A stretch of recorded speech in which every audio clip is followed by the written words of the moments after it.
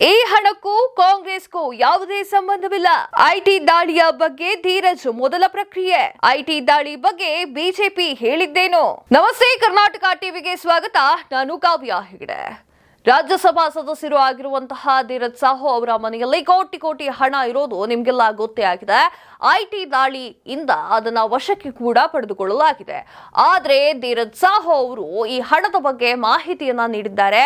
ಇದಿಷ್ಟು ಹಣ ಕಾಂಗ್ರೆಸ್ದು ಅಲ್ಲ, ಕಾಂಗ್ರೆಸ್ ಪಕ್ಷದ ಹಣ ಅಲ್ವೇ ಅಲ್ಲ, ಇದು ಯಾವ ಹಣ ಅಂತ ಅವರು ಮಾಹಿತಿಯನ್ನ ಕೊಟ್ಟಿದ್ದಾರೆ. ಹಾಗಾದ್ರೆ ಯಾರ್ದು ಈ ಹಣ ಅನ್ನೋದ್ರ ಬಗ್ಗೆ ಮಾಹಿತಿ ಇಲ್ಲಿದೆ ನೋಡಿ. ಕಾಂಗ್ರೆಸ್ ಸಂಸದ ಧೀರಜ್ ಸಾಹು ಆಸ್ತಿಗಳ ಮೇಲೆ ಆದಾಯ ತೆರಿಗೆಯ ಇಲಾಖೆ ದಾಳಿಯನ್ನ ನಡೆಸಿ 350 ಕೋಟಿ ರೂಪಾಯಿಗಳಿಗೂ ಅಧಿಕ ಹಣವನ್ನ ವಶಕ್ಕೆ ಪಡೆದುಕೊಂಡಿದ್ದಾರೆ.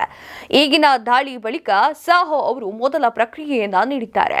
ಹಣಕ್ಕೂ ಕಾಂಗ್ರೆಸ್ಗೂ ಯಾವುದೇ ಸಂಬಂಧವಿಲ್ಲ.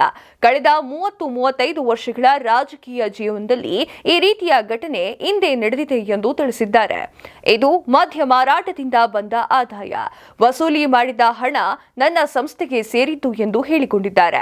ಶಾಲೆಗಳು, ಕಾಲೇಜುಗಳು ಸೇರಿದಂತೆ ಭಿನ್ನ ವ್ಯವಹಾರಗಳ ಮೂಲಕ ಗಳಿಸಿರುವ ಹಣ ಇದು. ನನ್ನ ಸಹೋದರರು, ತಂದೆ ಎಲ್ಲರೂ ಸಾಕಷ್ಟು ಅಭಿವೃದ್ಧಿಯ ಕೆಲಸವನ್ನ ಮಾಡಿದ್ದಾರೆ. ಬಡವರಿಗೆ ಸಹಾಯವನ್ನ ಮಾಡಿದ್ದಾರೆ. ಎಷ್ಟೋ ಶಾಲೆ, ಕಾಲೇಜುಗಳನ್ನ ತೆರೆದಿದ್ದೇವೆ.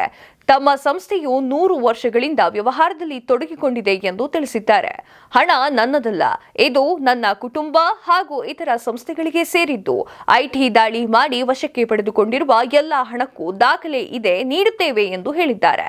ಒಡಿಶಾ ಮೂಲದ ಬೌದ್ಧ ಡಿಸ್ಟಿಲರಿ ಪ್ರೈವೇಟ್ ಲಿಮಿಟೆಡ್ನಲ್ಲಿ ನಡೆಸಿದ ಶೋಧದ ವೇಳೆ 351 ಕೋಟಿ ರೂಪಾಯಿಯನ್ನ ವಶಕ್ಕೆ ಪಡೆದುಕೊಳ್ಳಲಾಗಿದೆ.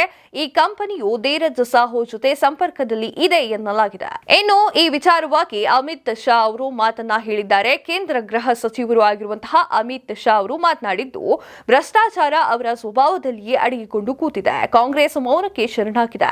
ಸ್ವತಂತ್ರದ ನಂತರ ಸಂಸದರೊಬ್ಬರ ಮನೆಯಲ್ಲಿ ಇಷ್ಟು ದೊಡ್ಡ ಪ್ರಮಾಣದ ಹಣವನ್ನ ವಶಕ್ಕೆ ಪಡೆದುಕೊಂಡಿದ್ದು ನನಗೆ ತುಂಬಾ ಆಶ್ಚರ್ಯವಾಗಿದೆ ಎಂದು ತಿಳಿಸಿದ್ದಾರೆ. ಕಾಂಗ್ರೆಸ್ ಸಂಸದ ಧೀರಜ್ ಸಾಹು ಮನೆಯಲ್ಲಿ ಕೋಟ್ಯಾಂತರ ರೂಪಾಯಿ ಹಣ ಸಿಕ್ಕಿದೆ. ಆದರೆ ಇಡೀ ಐಎನ್ಡಿಐ ಮೈತ್ರಿಕೂಟವು ಈ ಭ್ರಷ್ಟಾಚಾರದ ಬಗ್ಗೆ ಮೌನವನ್ನ ವಹಿಸಿದೆ ಎಂದು ಕಿಡಿಕಾರಿದ್ದಾರೆ. ಇದಿಷ್ಟು ಈ ಹೊತ್ತಿನ ಸುದ್ದಿಗಾಗಿ ನೋಡ್ತಾ ಇರಿ ಕರ್ನಾಟಕ ಟಿವಿ. ಇದು ಕನ್ನಡಿಗರ ಧ್ವನಿ.